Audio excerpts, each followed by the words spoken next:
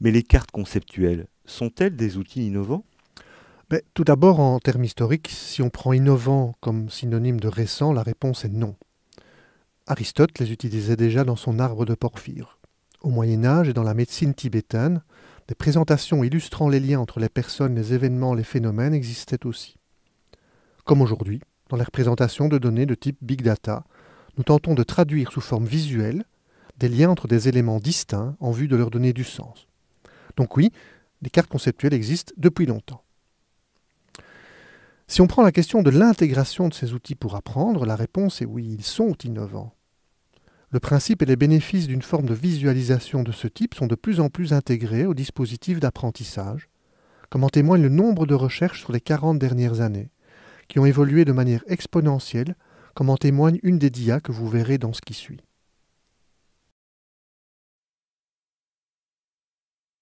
On entend souvent parler de cartes conceptuelles et de mind mapping.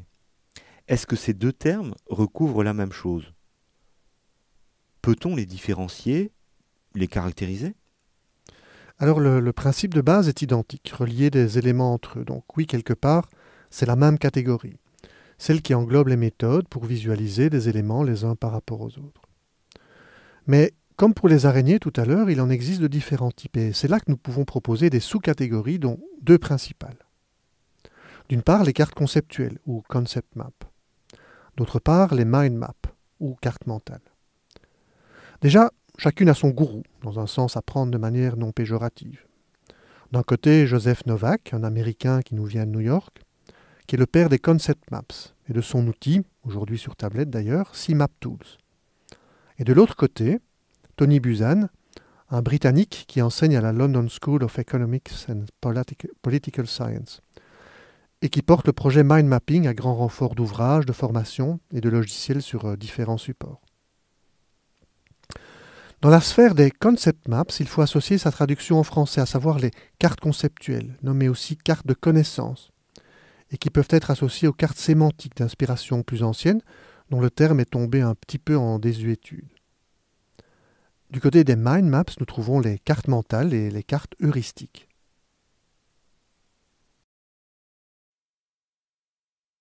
Et au niveau de leur forme, peut-on les distinguer? Le premier élément à prendre en compte pour les décrire sont les concepts, appelés nœuds, et leur agencement. Une mind map, à droite, possède souvent une structure en étoile. Le nœud central est au centre, et différentes branches se dirigent vers d'autres nœuds et sous-nœuds. Une carte conceptuelle, concept map à gauche, est souvent organisée de manière hiérarchique. Le nœud central est au-dessus, et ceux le décrivant se situent en dessous de celui-ci. La structure est plutôt descendante, du sommet vers la base.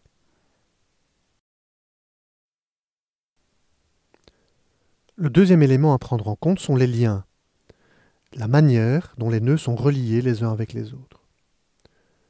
Une concept map, à gauche, propose des liens qui sont légendés, c'est-à-dire qu'ils précisent la nature du lien qui existe entre deux nœuds.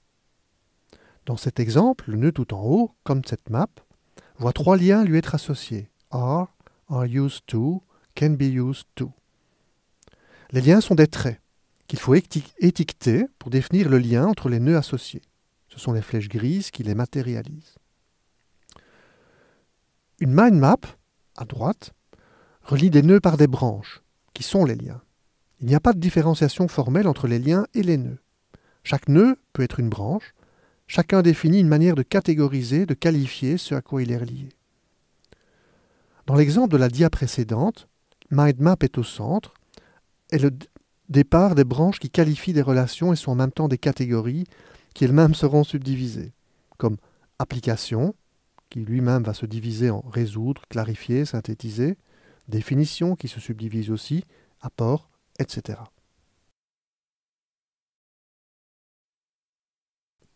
En synthèse, nous pouvons donc retenir plusieurs informations importantes. En termes de généralisation, il y a deux points de convergence entre le mind mapping et les cartes conceptuelles. Le premier est qu'elles permettent d'organiser et de hiérarchiser des éléments les uns par rapport aux autres. Le deuxième est qu'elles sont une aide à la compréhension et à la mémorisation. Les points de discrimination concernent le sens de la lecture d'une map et habituellement du centre vers la périphérie, alors que celui d'une carte conceptuelle se réalise de haut en bas. Les liens dans une carte conceptuelle sont étiquetés et explicites. Les mind maps sont plus personnelles, plus créatives, mais moins complexes, alors que les cartes conceptuelles peuvent atteindre un degré de complexité plus élaboré. Certaines facilitent une forme de divergence, les mind maps, pour explorer toutes les facettes d'un concept de manière plus ouverte et libre. D'autres facilitent une forme de convergence, les cartes conceptuelles, pour déterminer des catégories, des sous-catégories, des procédures séquentielles à suivre de manière plus contraignante.